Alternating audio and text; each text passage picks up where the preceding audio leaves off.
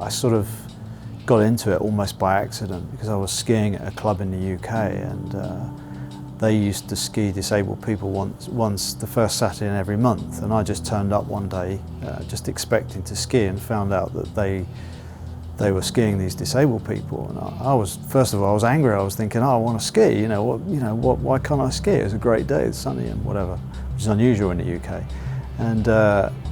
And then I sort of stood around and watched just for a few minutes, and I realised what was going on. I thought, this is amazing, this is really cool. So I got involved. I asked if I could get involved on a regular basis on the Saturdays or whatever, and it went on from there, and I probably did that for about 6 or 7 years. Then I became the local chairman, and then eventually I ended up being the national chairman in the UK for disabled skiing.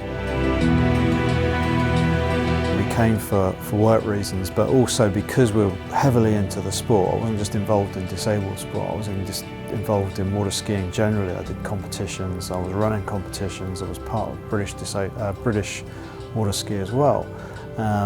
So when the opportunity came up to come over for my work, our first thought was, well, where are we going to ski? So when my boss said to me, you can come over here, you're going to have to work and live in Tulsa, and I'm like, great. So I put the phone down and then went on Google and tried to find the local lakes, and of course then I found them. There's so many lakes in this area. I automatically thought, this is great because we can carry on our disabled water skiing in Tulsa. It's very easy. All we'll do is get a hold of the local organisation, and we'll get involved, and we'll do what we were doing before. And when we got here, we realised there wasn't anything. First of all, we were very disappointed, and then my wife said to me, well, we've done this before, we've gone through this process before, there's no one there to help us, but we've got the boat, we've got the lakes, why don't we just do it ourselves? So that's what we did. It is effectively, I think you guys call it a program of skiing for people with a disability, anything from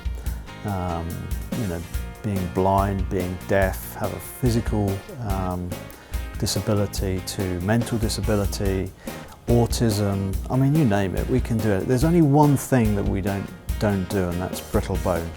Brittle bone, obviously, because of the way that the sport is, would cause us a problem.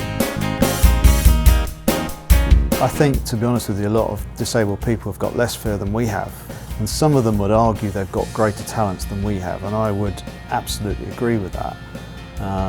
For example, if someone is blind or someone is deaf, then their other senses are greater. The families and the assistants or the helpers are probably more nervous than the people that ski.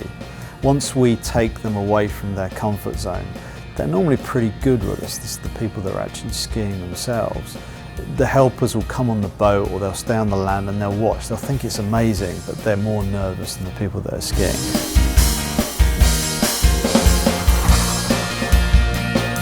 It's a real eye-opener for everybody when they see how excited these guys are.